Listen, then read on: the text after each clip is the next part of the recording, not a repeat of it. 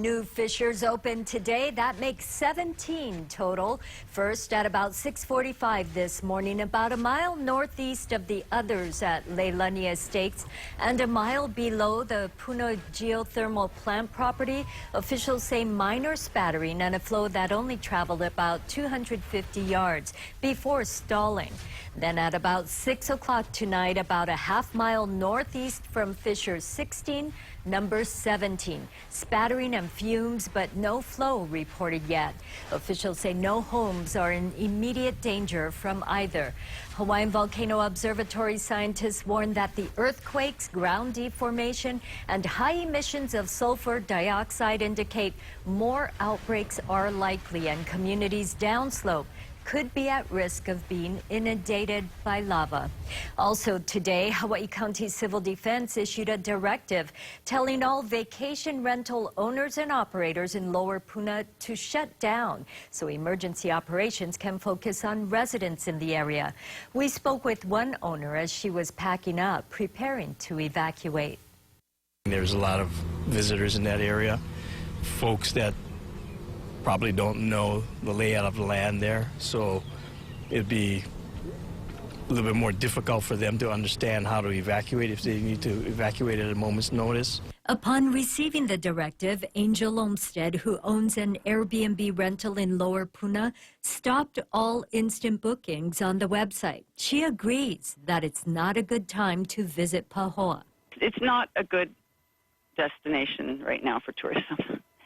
And frankly, I mean, we just need people out of our way, because the less people down here to get out, the better, because when they say that, we more than likely will only have a single road to get out on, and it could be a dirt road.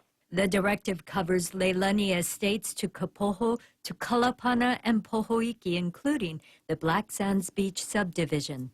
There's air quality issues. There's the lava itself.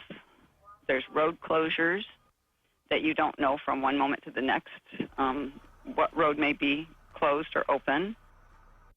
As for the residents of Lower Puna, Civil Defense has been urging them to be ready to evacuate. Some are voluntarily leaving now, some closing up their business. Reporter Sarah Madison and photographer Eric Bathan spoke with some in the area and got an up-close look after the first fissure opened today. There are cracks on Highway 132, and Fissure 16 erupted about a mile away from Puna Geothermal. So officials and residents are concerned that the main access to and from Kalapana will be cut off soon. Fissure 16 has erupted just northeast of Puna Geothermal Venture, putting Lower Puna on edge once again. It opened up more concerns for this family who has already lost a home in Leilani Estates. Mom's just moved here from Oregon about a month ago, and her house burned to the ground. With all of her belongings from 88 years, everything's gone. She hadn't even unpacked. And now she's up at my sister's, and she's being evacuated again. We've got a sister down here in Kapoho, and so now the thing is coming down our way again. As the magma heads east, so are the officials. They've recently started preparing people to let them know that they may need to leave soon. What we're doing in the Lower Puna area is going around to the non-evacuated residents and communities just to let them know, as a precautionary measure, that we'd like them to be ready and prepared to evacuate at a moment's notice. The major concern for people in Seaview and Kalapana is road access. Highway 137, also known as Red Road, shows the untouched beauty of Hawaii, but it's the only way in and out.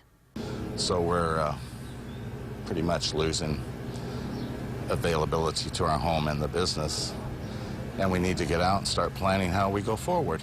Michael Silva has made the hard decision to close his shop, Kaimu Corner, and leave. I've been driving around in my truck with all kinds of things in it. I go out in the morning and the evenings to get my medications to my truck now. I know several are staying because they're afraid for their homes. And they probably, I sense, because I know who they are and I know their lives, don't really have other choices. County crews have been checking the sulfur dioxide in Kalapana.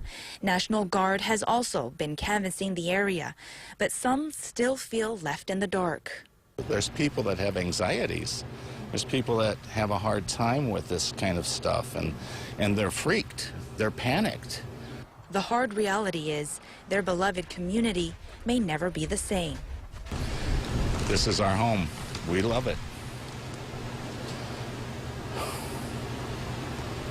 It's time to go.